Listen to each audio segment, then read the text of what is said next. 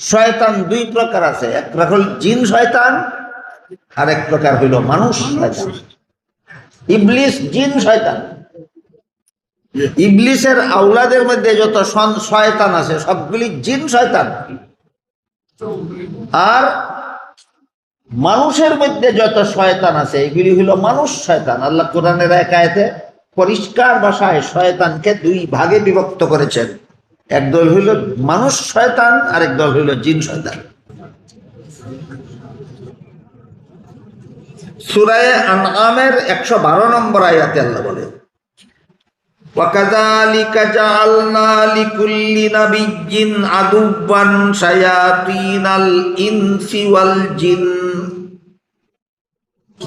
সমস্ত নবীর একদল দুশমন আমি রেখেছি, এই দুশমনদের একদল হইল মানুষ শয়তান আর একদল হইল জিন শয়তান। তাইলে সূরা আনআমের 112 নম্বর আয়াতে আল্লাহ শয়তান দুই দল বলে উল্লেখ করেছেন, একদল মানুষ শয়তান, একদল জিন শয়তান। ইবলিস শয়তান কখন থেকে শয়তান হয়েছিল? আল্লাহর একটা বিধানের বিরুদ্ধে যুক্তি দিয়া শয়তান। আদম আলাইহিস সালামকে সৃষ্টি করার পর প্রথমে আল্লাহ ফিরিস্তাদেরকে বলেছিলেন আদমকে সেজদা দিয়ে সম্মান করো। সমস্ত ফিরিস্তারা আল্লাহর বিধান পালন করেছিল, বিরুদ্ধে কোনো যুক্তি প্রদান করে।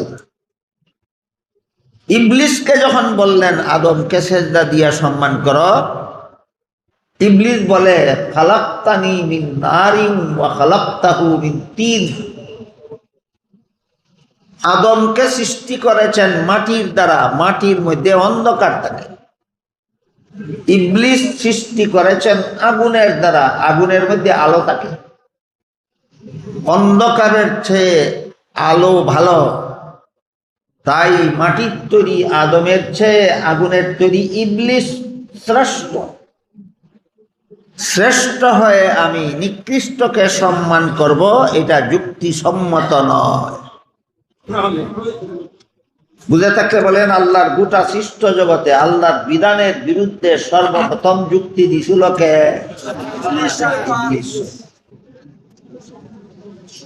কিয়ামত পর্যন্ত যারা মানুষ হোক অথবা জিন হোক আল্লাহর বিধানের বিরুদ্ধে যুক্তি দিবে, এরা সবগুলি শয়তান।